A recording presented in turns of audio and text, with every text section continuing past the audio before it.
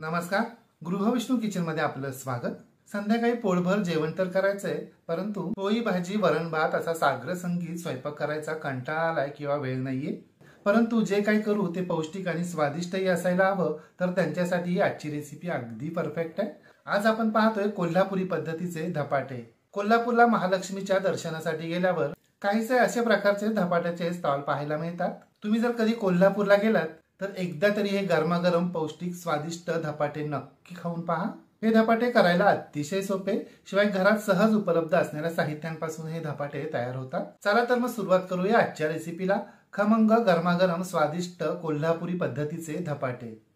कोल्हापुरी पद्धतीचे धपाटे करण्यासाठी हे पहा, सर्वप्रथम आपल्याला तवा गरम करण्यासाठी ठेवायचा आहे. मी आज इथे आता कास्ट आयर्नचा म्हणजे बिडाचा तवा वापरतो, याच्यामुळे चव खूप छान येते. तवा गरम झाला की त्यामध्ये 1 टेबलस्पून तेल घालायचे आणि तेल गरम झालं की त्यामध्ये 10-12 तिखट हिरव्या मिरच्या, मूठभर सोललेल्या लसणाच्या पाकळ्या, 1 टीस्पून जिरं घालायचे, 1 टीस्पून मीठ सुद्धा घालायचे. आणि जर तुमच्याकडे खडे मीठ असेल ना तर ते नक्की वापरा, त्यानं चव खूप छान येते. आणि आता आपल्याला हे चारही जिन्नस मंद आचेवर तव्यावर असेच गरम करण्यासाठी ठेवून द्यायचे. 5 मिनिटांनंतर हे चारही जिन्नस हे पहा आपल्याला अशा पद्धतीने तांब्याच्या साह्यानं ठेचून घ्यायचे, खरडून घ्यायचे.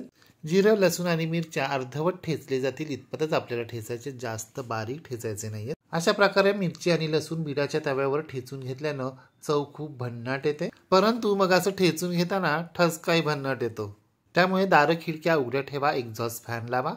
हवा असेल तर नाकाला रुमालाही बांधा, म्हणजे ठसक्याचा त्रास होणार नाही. हे पहा आपले सर्व जिन्नस ठेचून झालेत. आता गॅस बंद करायचा आहे आणि ठेचून घेतलेले हे सर्व जिन्नस आपल्याला थंड करून घ्यायचे. थंड झाल्यानंतर हे पहा मिक्सरच्या भांड्यात हे लसूण आणि मिरची आपल्याला जाडसर वाटून घ्यायचे, बारीक करून घ्यायचे. आपले लसूण, मिरची आणि जिरं जाडसर वाटून झालेत. आता आपण धपाट्यांची पुढची तयारी करायला घेऊया. त्यासाठी आपल्याला कांदापातची एक गड्डी स्वच्छ धुवून घ्यायची आहे आणि हे पहा गड्डीचा खालचा म्हणजे कांद्याचा भाग आपल्याला अशा पद्धतीनं कट करून घ्यायचा आहे. आपण थालीपीठासाठी खालच्या भागाचाच वापर करणार आहोत, वरच्या भागाचा नाही. कांद्याच्या पातीचे कांदे काढायचे, ते स्वच्छ करायचे, सोलून घ्यायचे आणि मग ते बारीक चिरून घ्यायचे. आणि कांद्याच्या पातीचा हिरवा भाग सुद्धा आपल्याला बारीक चिरून घ्यायचा आहे. आता गावरान कोथिंबीरची गड्डी घ्यायची आणि कांद्याच्या पातीच्या भागाप्रमाणेच आपल्याला कोथिंबीरीचा सुद्धा खालच्या भागाचा वापर करायचा आहे. कोथिंबीरची गड्डी सुद्धा स्वच्छ धुवून घ्यायची आणि हे पहा कोथिंबीरच्या खालच्या भागाचे देठ आपल्याला अशा पद्धतीनं बारीक चिरून घ्यायचे. यामुळे चव खूप छान येते आणि कोथिंबीरच्या वरच्या भागापेक्षा देठांमध्ये जास्त पोषण मूल्य असतात. हे पहा आपला कांदा, कांद्याची पात, कोथिंबीर बारीक चिरून झाली, ते एका प्लेटमध्ये काढून ठेवली आहे. आता आपण धपाट्यांचं पीठ मळायला घेऊया. धपाट्यांचं पीठ मळण्या अगोदर हे पहा आपण घरी लोणी कडवून जे साजूक तूप तयार करतो ना, खाली अशी बेरी शिल्लक राहते, त्या बेरीचा आपल्याला वापर करायचा आहे. मी ही बेरी फ्रीजमध्ये ठेवली होती म्हणून थोडीशी आता ती कडक झाली. आता ती मी किसनीनं किसून घेणार. धपाटे तयार करण्यासाठी हे पहा इथे आपल्याला 4 वाट्या ज्वारीचं पीठ घ्यायचंय, पाव वाटी गव्हाचं पीठ घ्यायचं आणि पाव वाटी डाळीचं म्हणजे बेसन पीठ घ्यायचंय. आणि हे पहा पीठ मळण्यासाठी आपल्याला एक मोठी परात घ्यायची, त्यामध्ये ही 3ही पीठं घालायची आहेत. आता पाव टीस्पून हळद, पाव टीस्पून हिंग, 2 टेबलस्पून धणे पावडर आणि 1 टीस्पून ओवा अशा पद्धतीनं हातानं चोळून घालायचं आहे.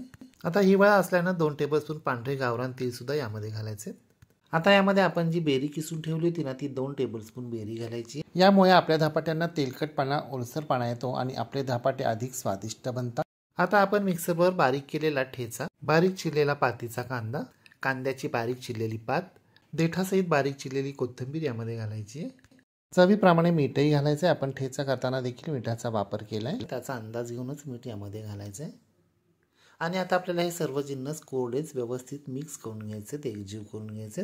आणि आता आपण ज्या बोलनं ज्वारीचं पीठ घेतलं होतं ना, तो बोल भरून आपण पाणी घ्यायचंय आणि थोडं थोडं पाणी घालत आपल्याला हे धपाट्यांचं पीठ मळायला सुरुवात करायची. लक्षात ठेवा आपल्याला पाणी एकदम घालायचं नाहीये, थोडं थोडं घालायचंय. आणि आपल्याला हे पीठ घट्ट मळायचं नाहीये, म्हणजे भाकरीच्या पिठापेक्षा आपल्याला हे पीठ लूज सैलसर असं मळायचं. हे पहा आपल्या धपाट्यांचं पीठ मळून झालंय. आता हे पीठ आपल्याला एका स्वच्छ सुती ओल्या कापडाखाली 15 ते 20 मिनिटं झाकून ठेवायचे. आपण इथे कोथिंबीर, कांदा आणि कांद्याची पात या ओल्या भाज्या वापरल्यानं त्या भाज्यांना सुद्धा पाणी सुटतं आणि हे पीठ थोड्या वेळानं आणखीन थोडंसं पातळ होतं. अगदी धपाट्यांसाठी लागणारं सैलसर असं 15 मिनिटांनी झाकण काढायचंय. आणि हे पहा एका बाजूला मी कास्ट आयर्नचा म्हणजे बिडाचा तवा गरम करण्यासाठी ठेवला होता, याच्यावरच आपण धपाटे शेकणार आहोत. धपाटे यावर खूप खरपूस असे शेकले जातात आणि चव तर छान येतेच. ज्यांनी या तव्यावर केलेली आंबोळी चाखली असेल ना, त्यांच्या लक्षात येईल ही चव किती भन्नाट असते ते.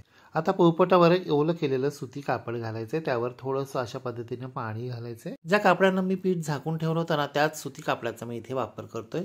आता आपल्याला धपाटे किती लहान किंवा किती मोठे हवेत त्या प्रमाणात पिठाचा गोळा घ्यायचा आहे, ओल्या सुती कापडावर ठेवायचा आहे, पाण्याचा हात याला लावायचा आहे आणि ह्या ओल्या पाण्याच्या हातानं आपल्याला हा गोळा दाबत दाबत गोलसर पसरवून घ्यायचा आहे।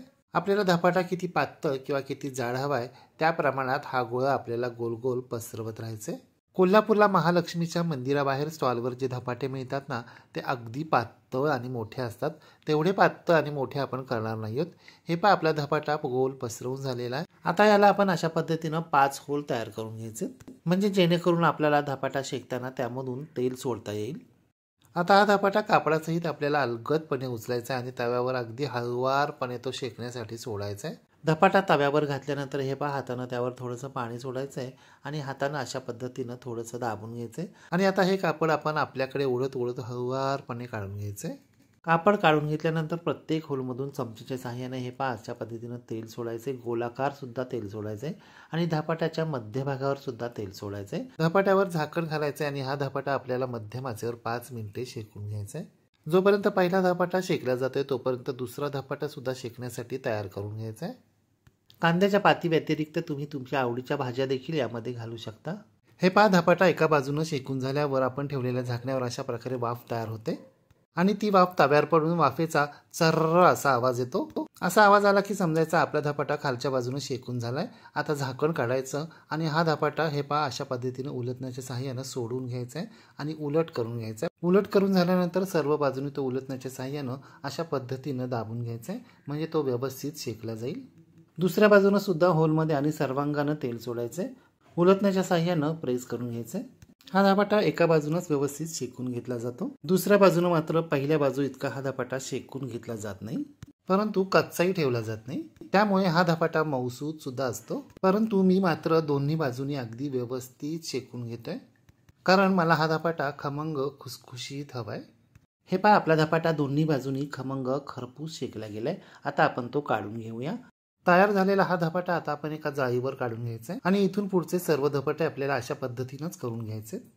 आता आपण महालक्ष्मीच्या मंदिराबाहेर ज्या प्रकारचे पातळ धपाटे मिळतात ना, तशा प्रकारचा एक धपाटा करून पाहूया। हे पहा, हा धपाटा अगदी आकाराने मोठा असतो, जवळजवळ पोळपाटा एवढा धपाटा थापला जातो। आपण छोटे धपाटे केले म्हणून त्यांना 5च होल होते, यांना मात्र आपण 7 होल पाडायचे। पाहताय ना तुम्ही, आकाराने मोठा आणि किती पातळ धपाटा आपण थापून घेतलाय तो। पहिल्या छोट्या धपाट्यांप्रमाणेच हा धपाटा सुद्धा कापडासहित उचलायचा आहे आणि तव्यावर हळुवारपणे सोडायचे, त्यावर पाणी सुद्धा सोडायचंय, चमच्याच्या सहाय्याने तेलही सोडायचे। तेल सोडून झाल्यानंतर झाकणही ठेवायचे आणि हा धपाटा मात्र आपल्याला छोट्या धपाट्या इतका शेकून घ्यायचा नाहीये, जरा मऊसूदच ठेवायचा आहे आणि शेकून झाल्यावर काढून घ्यायचंय।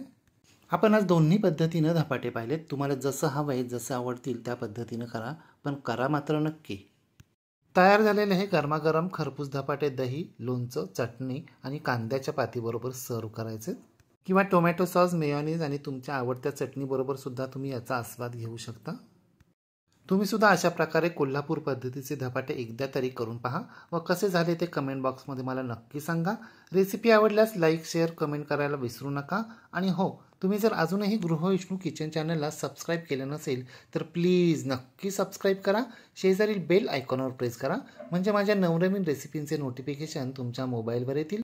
पुन्हा भेटूया अशाच एका नवीन रेसिपीसह, तोपर्यंत नमस्कार व रेसिपी शेवटपर्यंत पाहिल्याबद्दल धन्यवाद।